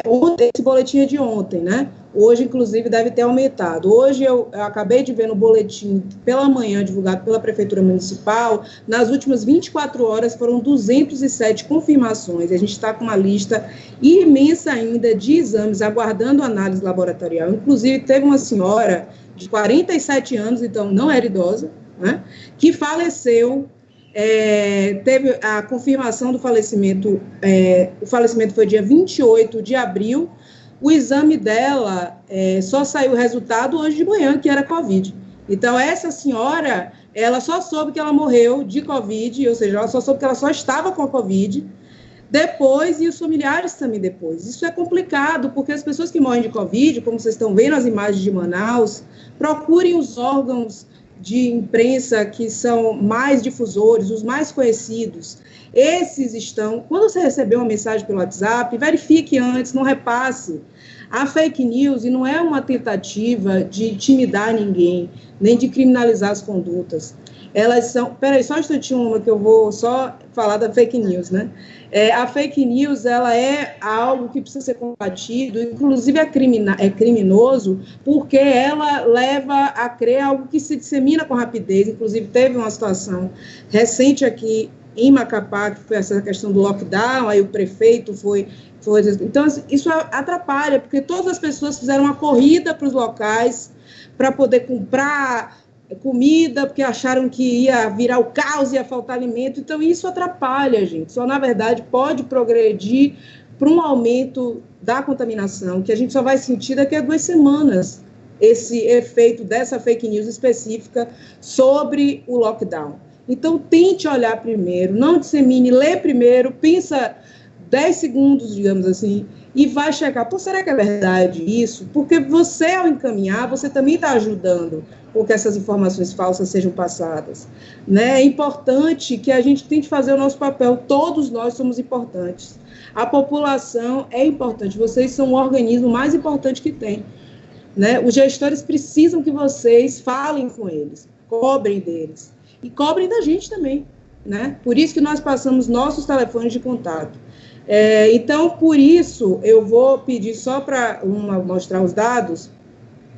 A primeira curva que tem é só de Macapá, dizendo que, inclusive, esse slide é disponível, você pode acompanhar todo dia, é o site da própria prefeitura, como eu disse antes, macapá.ap.gov.br/coronavírus/painel, a gente vai botar ao final, e também agora no momento. E você pode ver aqui que, eu não estou conseguindo ver muito bem, mas eu acho que a primeira data que está aí registrada nesse gráfico é 16 de março, não é isso? Que foram... 17. Não sei qual é. No início a primeira quinzena de março, 17 de março, né, na verdade. Então, de 17 de março até o 23 de março, ou seja, em 15 dias foram 10 casos. Depois, reduziu o intervalo e aumentou absurdamente o número de casos. Então, em 10 dias já subiu para 100. Então, foram 10 vezes. 10 vezes em apenas 10 dias. Depois, mais 10 dias, esse número triplicou. E hoje nós temos já 1.000 casos. Vocês podem achar que isso não é relevante, mas lembrando que esses casos podem parecer um quantitativo, em termos numéricos, pequeno. Só que, na verdade, isso representa só os que foram testados. Que pelos dados da OMS, só são 5%, porque a gente só está testando as pessoas que estão graves. Tem lá também no site o índice de isolamento por cidade, ou seja, vocês podem verificar que Macapá é uma das cidades que tem menos isolamento, e que está concentrando o maior número de casos, certo? Então, assim, ou você vê todas as cidades aqui no gráfico que estão com menor índice de isolamento, são as poucas cidades no interior, lembrando que a gente não tem infraestrutura interiorizada de saúde aqui no estado, certo? A maioria são hospitais muito pequenos, é mais o programa de saúde da família mesmo, e se a gente já tem essa dificuldade na capital, vocês imaginem no interior como é que está. Então, essas cidades, coincidentemente, são as cidades que têm mais casos confirmados. Passa para a próxima, por favor. Como você avalia também? Então, é como o médico falou e como o colega do MP falou também. Esses dados não são necessariamente os dados oficiais, não representam a realidade. O próprio Ministério da Saúde e as autoridades sanitárias sabem que existe, e os médicos, o Conselho Regional de Medicina, a OMS, sabem que existe uma subnotificação grande, principalmente onde não há testagem ampla. Só a testagem aqui dos 5% são os casos graves. Aqui você olha nesse mapa que é a quantidade de leitos de UTI. Então, a quantidade de leitos de UTI, Macapá, que está lá na pontinha de cima do mapa, o Amapá, está entre inexistente ou insuficiente. E lembrando que esse número mínimo são 10 leitos de UTI, certo? E lembrando que isso são leitos que estão habilitados. O que é leito habilitado ou ativo? É leito que precisa da estrutura física, do respirador e da equipe de saúde. A gente já vive um problema das equipes de saúde aqui, insuficiência de profissional. E também, diante da insuficiência de EPIs, esses profissionais já começaram a ficar afastados. Ontem eu recebi informação que já temos 134 profissionais de saúde afastados aqui em Macapá, certo? E persistem as denúncias quanto à falta de EPIs. Então, é preciso que a população tente auxiliar, evitar as aglomerações, fazer um rodízio, faça uma ronda das pessoas do bairro. Vocês verem aqui, o caso esse gráfico aí é um gráfico do Ministério da Saúde, só dos primeiros dias de março, comparado com março de 2019 e agora março de 2020. Vocês veem que aumentou de 1.200 para quase 11.000 internações de pessoas que precisam estar intubadas em razão dessa síndrome respiratória, desse quadro grave de faltar ar. Então, imagine num estado que tem pouquíssimos leitos, que não chegam a somar leitos de UTI, nem 150 leitos, que aconteça uma situação dessa, em que já estão quase superlotados e alguém da sua família precisar também do leito da UTI. Então, o que a gente pede é que a população avalie, pense. O estado do Amapá hoje, lembrando, é o segundo estado em índice de contaminação, que são 100 por 100 mil.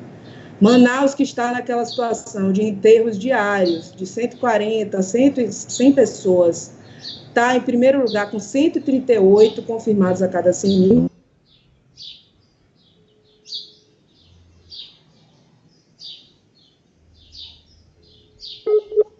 Em razão desses 200 a mais, de ontem para hoje. Então, é preciso que a população auxilie, busque os órgãos e tente confiar na atuação que está sendo recomendada. Porque as informações que nós colhemos foi toda com dados do SUS, dos institutos de pesquisa.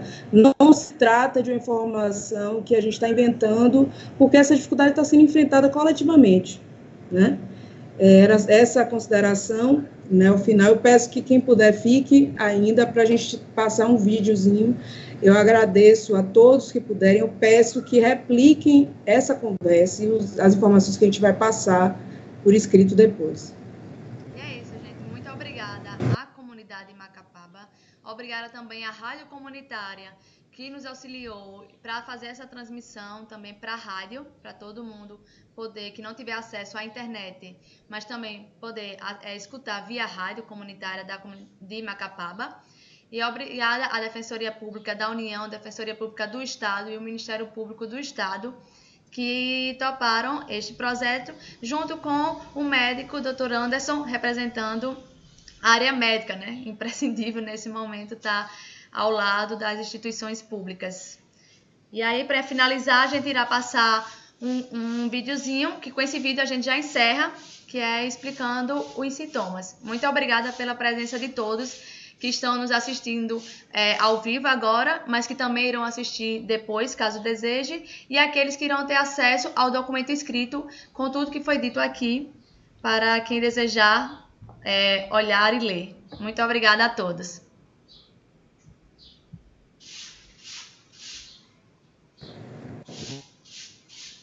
O que acontece com quem pega coronavírus? Se você tiver Covid-19, que sintomas que vai sentir e por quê? Vamos dar uma olhada no curso da doença no nosso corpo.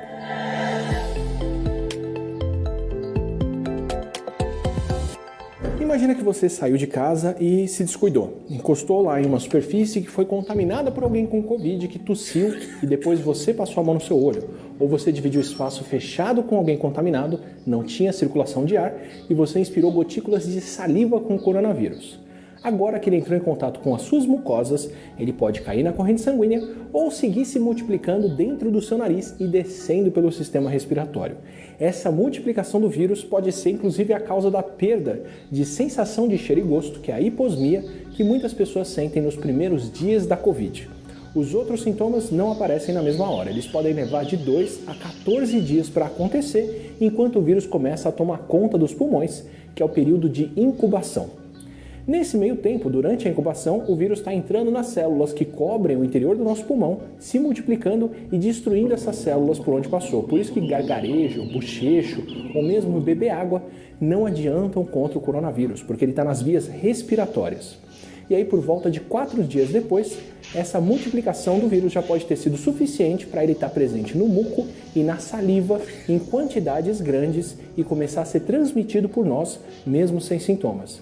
Esse período, onde alguém que tem o vírus pode transmitir ele para outras pessoas, mas ainda não sabe que está doente, é o grande motivo de precisar isolar todo mundo, como a gente tem que fazer com a Covid-19, já que outras pessoas podem pegar o vírus de alguém que nem sabe que está com ele.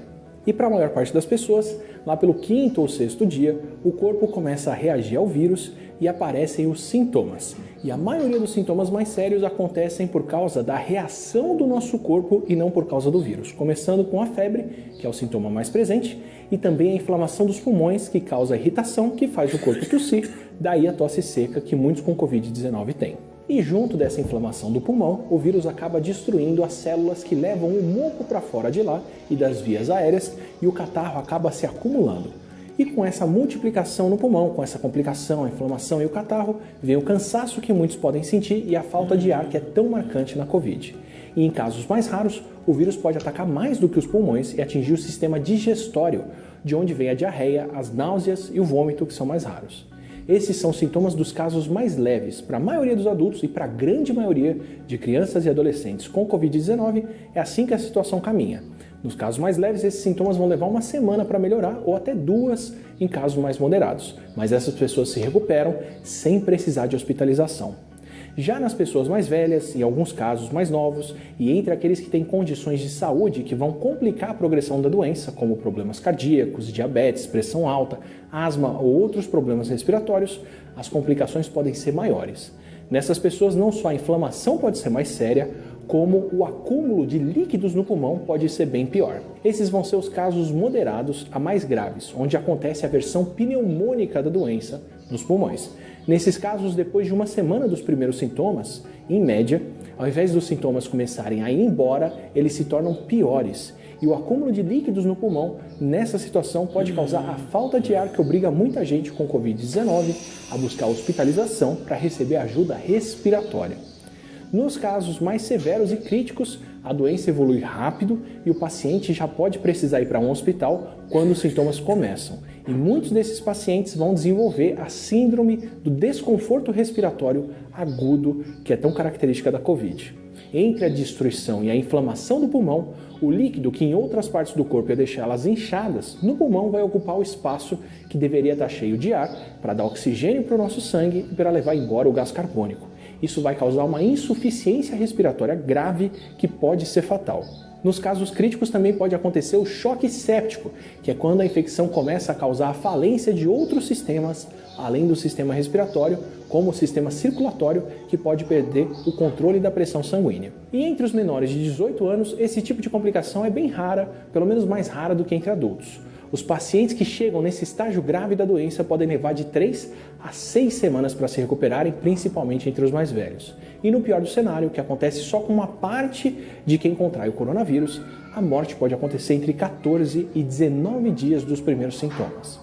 Essa situação extrema acontece com a minoria de quem contrai a Covid, mas nem por isso a doença é menos séria. Ainda são pelo menos 20 vezes mais mortes proporcionalmente do que a gripe comum.